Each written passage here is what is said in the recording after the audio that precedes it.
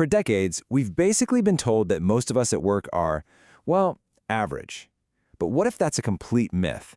What if a tiny fraction of people, the star performers, are creating almost all of the value, and the very systems our companies are built on are designed to ignore them?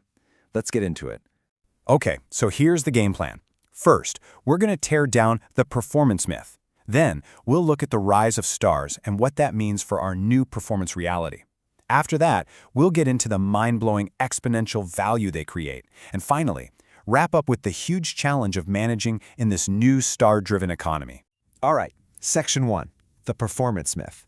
This gets to a really fundamental question. Are we all really just average? Let's unpack the model that's been shaping careers for, gosh, almost 100 years. So think about your own job for a second. Have you ever been in a performance review where you're ranked on a curve?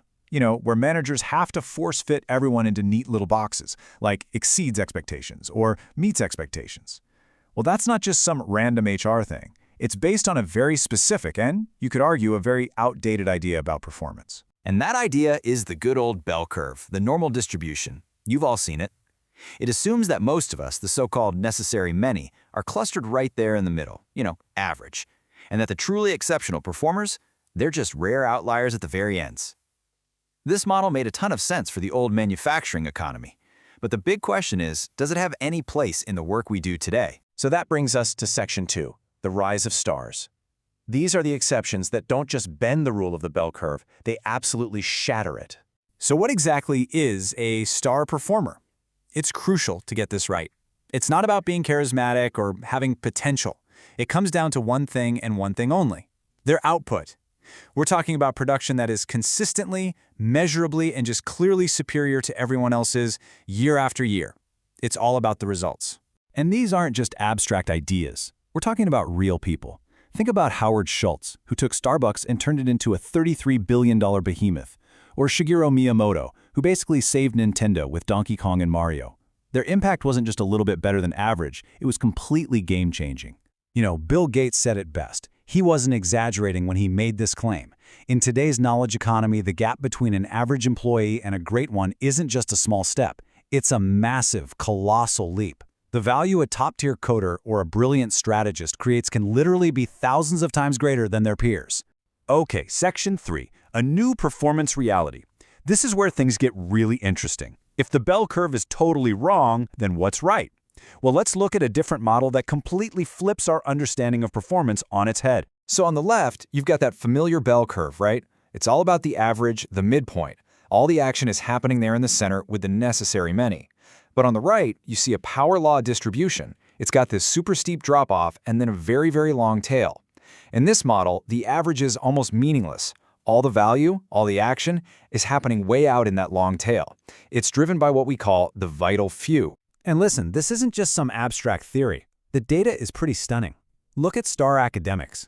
The old bell curve model predicts there should be about 35 stars in agriculture. The reality? 465. It predicted 16 in clinical psychology. The reality? 162. The bell curve isn't just a little bit off, it is spectacularly, fundamentally wrong.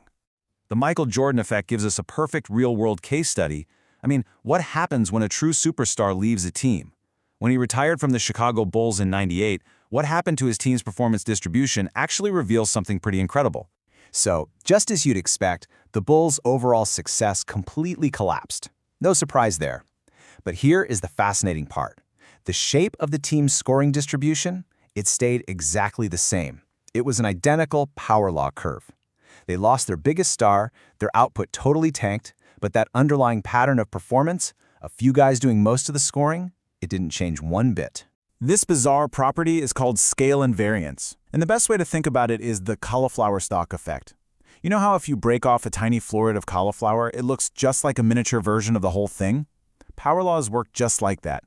It doesn't matter if a team is winning championships or losing every game, that pattern of a few people driving most of the output stays remarkably stable.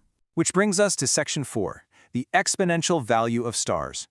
If performance follows this power law, what does that mean for the actual value these stars create? This is where it gets really dramatic. You hear this question all the time, right? And it seems like a fair point. It's based on this simple, linear assumption that 10 times the pay ought to equal 10 times the performance. But what if that's just the completely wrong way to think about value, especially at the highest levels? Because the relationship between performance and value, it turns out, is not linear. It is exponential. As you move up that performance ladder, value just skyrockets. At the very, very top, a tiny, almost imperceptible difference in skill can create a massive, dramatic difference in the outcome. And that's what can justify the huge pay gap. Let's actually put some hard numbers on this. When you look across a bunch of different industries, the top 10% of performers are creating over 30% of the total value. And it gets even more concentrated. The top quarter of the workforce, just 25% of the people, are creating more than half of all the value. Think about that. A minority of the workforce is carrying the vast majority of the weight. But, and this is a big but, context is everything. A star's value gets massively amplified when their job is tied directly to the company's core strategy. A star software engineer at a tech firm, for example, is going to have a way bigger impact than a star in a role that's less central to what the company does. All right, final section, managing in a star economy. If these people are so incredibly valuable, how in the world do you attract them and keep them? Let's get into the very tricky reality of managing a workforce made up of both stars and, well, everyone else. And this really presents a stark choice for any company. In a traditional system based on the bell curve, your best people, your stars, are the most likely to leave because they're not being recognized or rewarded properly. But in a system that's designed to reward stars according to a power law, it's actually your average performers who are the most likely to head for the door. And that gets to the fundamental paradox here.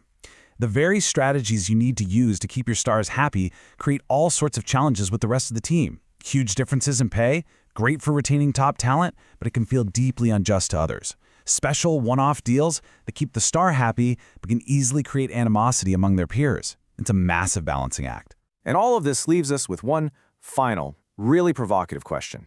In a world that's clearly driven by the vital few, are our traditional management practices, which are all focused on the necessary many, actually doing more harm than good? The data seems to suggest that performance and the value it creates are not distributed fairly at all. And that forces every single leader to ask themselves, is my organization built to nurture its average employees, or is it built to identify, reward, and truly unleash its stars? The answer to that question could very well determine its future.